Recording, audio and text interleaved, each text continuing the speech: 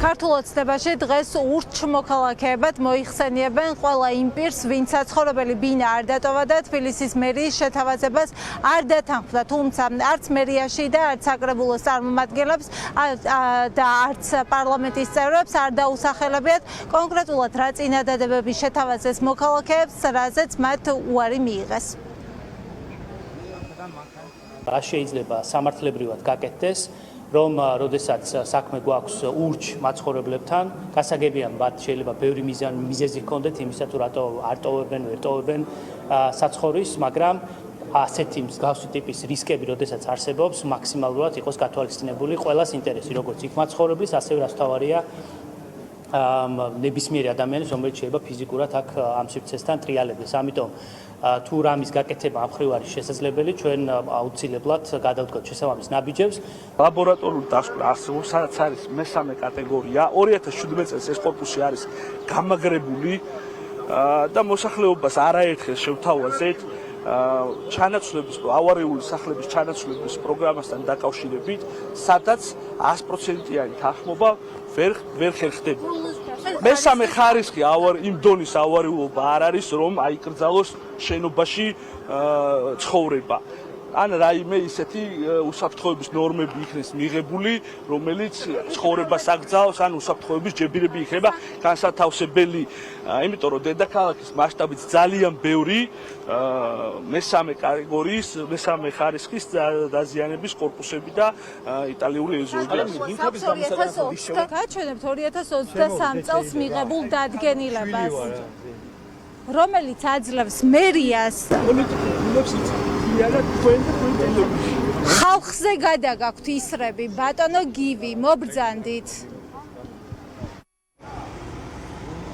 ჩვენ ჩავწერეთ სწორედ ის მოქალაქე, რომელმაც ჯერ კიდევ ერთი წლის წინ გადაიღო კადრები თევდორე მღვდლის 10 ნომერში, სწორედ ამ საცხოვრებელ კორპუსში, რომელიც იყო გაბზარული და ეს თვალშისაცემი იყო, როგორც მოქალაქე გვიყვება, მინიმუმ 10 ჯერ აქვს თვითონ მერიაში დარეკილი ცხელ-ხაზზე და შეტყობინება აქვს დაფიქსირებული, რომ შესაძლოა ეს კორპუსი ყოფილიყო საშიში, რადგან როგორც ამბობს, მათ შორის იყო ქვის ცვენაც, თუმცა როგორც თვითონ ამბობს, მას მერე რაც ხელხაზე დარეკა, საპასუხო რეაქცია თუ ჰქონდა მერიას, მას ინფორმაცია არ აქვს. ამბობს, რომ არაერთი ადგილი არის დღეს თბილისში, გვერდით ქუჩებზე მათ შორის, რომლის დასახლება მას თავადაც შეუძლია და შეუძლია თავად მერიის სპეციალურ სამსახურებს, რომ ნახონ, რომ საცხოვრებელი სახლების და ბინების უმეტესობა არის ავარიულად საშიში, გრევის პირას არის და მოქალაქეებს სჭირდება დახმარება.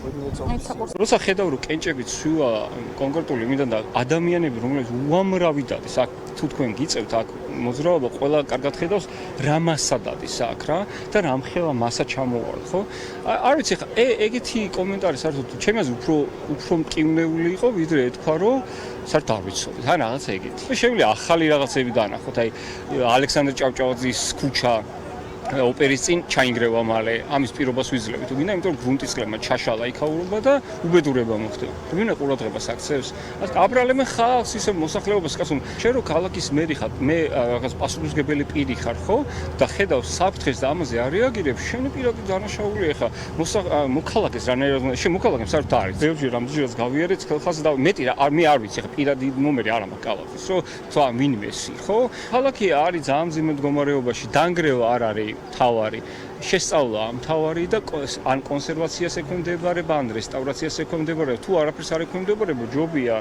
დემონტაჟი მოხდეს რომ ადამიანების სიცოცხლე არ შეიწეროს ამ ყველაფერმა რა რეანიმაციულ განყოფილებაში რჩება კვლავ 49 წლის ქალი, რომელიც გუშინ სწორედ ჩამონგრევის შემდეგ გადაიყვანეს სამედიცინო დაწესებულებაში. მისი ძმა ემსხვერპლა ამ ჩამონგრევას, როგორც ექიმი გვეუბნება, მას აქვს მრავლობითი მოტეხილობები თავის და კისრის არეში, რჩება ექიმების მეთვალყურეობის ქვეშ და როგორც ის ექიმებს მიაწოდა ინფორმაცია, მისმა ძმამ გადაარჩინა ის. კლინიკის გადაუდებელი დახმარების დეპარტამენტში გუშინ საღამოს 19:43 წუთზე მოყვანილია ქალბატონი 59 წლის. მას აღენიშნებოდა ქალასარფლის მოტეხილობა, თხემიზულის იმპრესიული მოტეხილობა და კისრის მეორე მალის ხაზოვანი მოტეხილობა.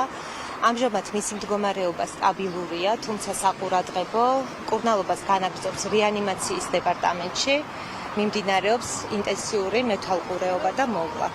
როგორც თავად აღნიშნა, ძმამ გადაარჩინა და გამოიყვანა შემთხვევის ადგილიდან.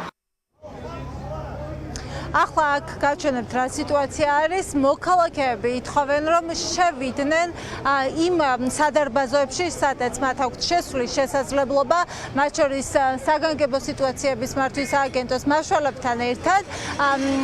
თუმცა ახლაც არის მცირე კამათი, რადგან ნაწილს არ ეძლევენ შესაძლებლობას რომ შევიდნენ შიგნით და საკუთარი ნივთები გამოიტანონ.